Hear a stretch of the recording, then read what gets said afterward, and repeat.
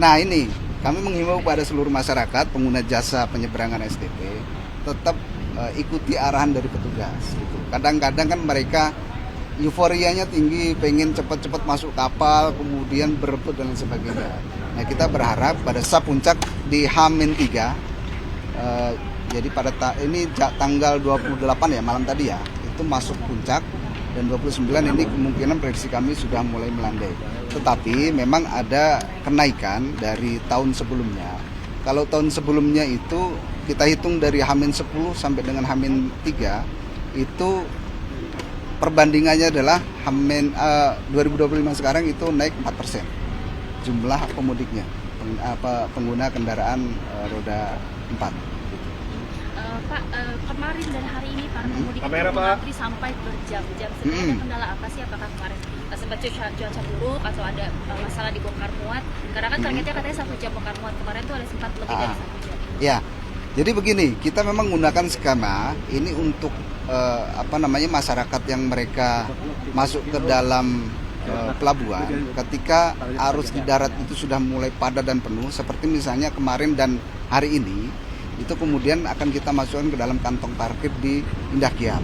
Supaya apa? Supaya mereka nanti tidak macet di jalan, lalu kemudian tidak mengular dan tidak mengganggu pengguna jasa yang lainnya. Gitu. Memang ini kita masukkan ke dalam kantong parkir Indah Kiat. Nah kemudian nanti di Indah Kiat itu akan dibagi. Kira-kira ini nanti mau masuk kemana nih? Ke Denpasar 1, 2, 3, 4, 5, sampai 7. Nah memang karena ada volume peningkatan kendaraan di darat, maka kemudian harus kita masukkan ke kantong parkir Indah Kiat sebetulnya itu. Langkah yang akan dilakukan atau yang sudah dilakukan untuk mengantisipasi antrian berjam-jam ini seperti apa? Mengatasi kepadatan hari ini? Sebetulnya sudah sesuai dengan skema, dan menurut saya ya ini lebih baik dibandingkan tahun yang lalu. Kalau tahun lalu itu antri 4 jam itu belum sampai di dalam pelabuhan, mungkin masih dalam tol, tapi hari ini antri 4 jam ada di dalam pelabuhan. Artinya bahwa pengaturan arus kendaraan untuk pembagian ke dermaga itu juga membutuhkan proses, dan tidak bisa kemudian masuk ke dalam pelabuhan itu pengen langsung masuk ke kapal kan enggak, tapi kan juga ada proses yang harus dilalui. Misalnya ketika di dermaga itu penuh, maka tentu harus dimasukkan ke dalam buffer zone atau kantong parkir yang kemudian nanti harus menunggu untuk diarahkan petugas ke dermaga-dermaga yang lainnya.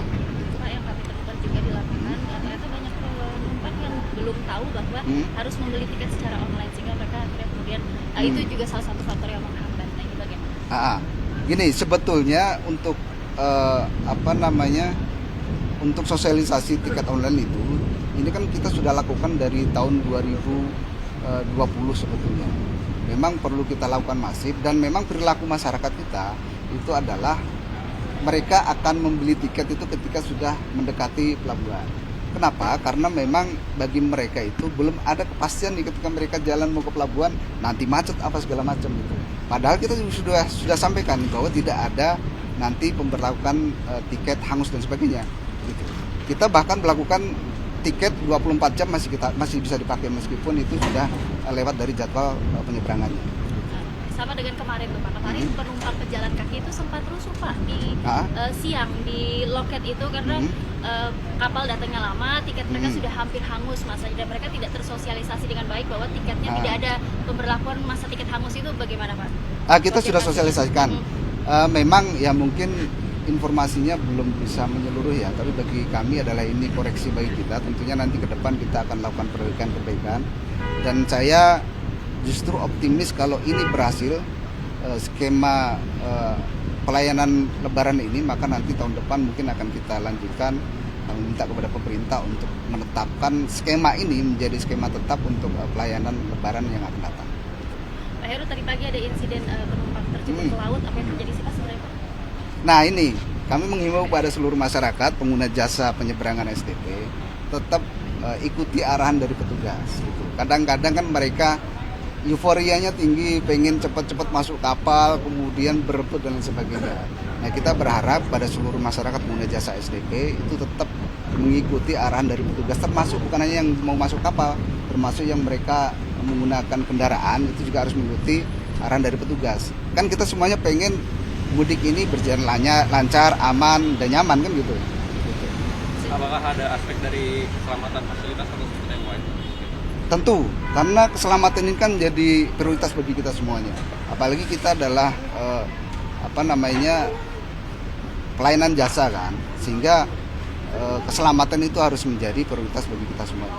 Termasuk misalnya begini, cuaca misalnya, ini kan juga pasti akan berpengaruh kepada keselamatan, sehingga informasi dari BMKG yang mereka kemudian memberikan wewenang apakah cuaca ini merekomendasikan untuk tetap melakukan perjalanan penyeberangan atau tidak, tentu itu juga menjadi hal yang harus kita perhatikan.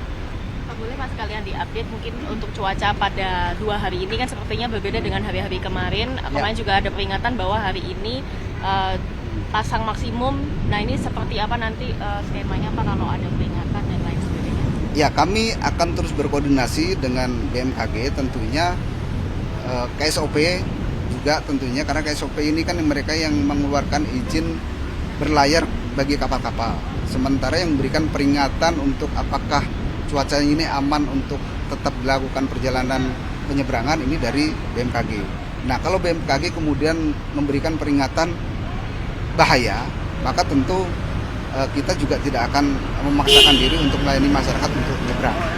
Betul hari ini yang sudah ada peringatan untuk itu? Ya, kalau cuaca prediksi BMKG ya, itu memang di tanggal 29, tanggal 30 itu ada cuaca mungkin hujan dan angin kencang. Tapi tentunya nanti kita akan lihat BMKG kalau nanti misalnya mengeluarkan warning untuk larangan penyeberangan, tentu kita akan patuhi. Gitu. Antisipasinya apa Pak? Tetap ada buffer zone di Indah Kiat itu kan, misalkan nanti memang ada keterlambatan kapal feri beroperasi, kan pasti ini kendaraan akan menumpuk seperti itu. Itu gimana? Iya, itu pasti, karena itu memang menjadi skema kita untuk pelayanan Lebaran kali ini, dan tentunya yang namanya cuaca kita nggak mungkin bisa melawan gitu. Ya memang kita kalau cuaca buruk ya nggak mungkin kita akan memaksakan diri untuk nyebrang, dan kita nanti pasti akan memanfaatkan buffer zone atau area parkir yang tersedia saat ini. Pak, sedikit untuk puncak arus mudik hari kedua ini diperkirakan ada berapa kendaraan yang melintas di Pelabuhan Merak memangnya Pak? Dari H-10 sampai H-4 kemarin ya, karena data yang H-3 belum masuk. H-10 sampai H-4 itu sudah sekitar 105 ribu penyeberang itu di Jawa Sumatera.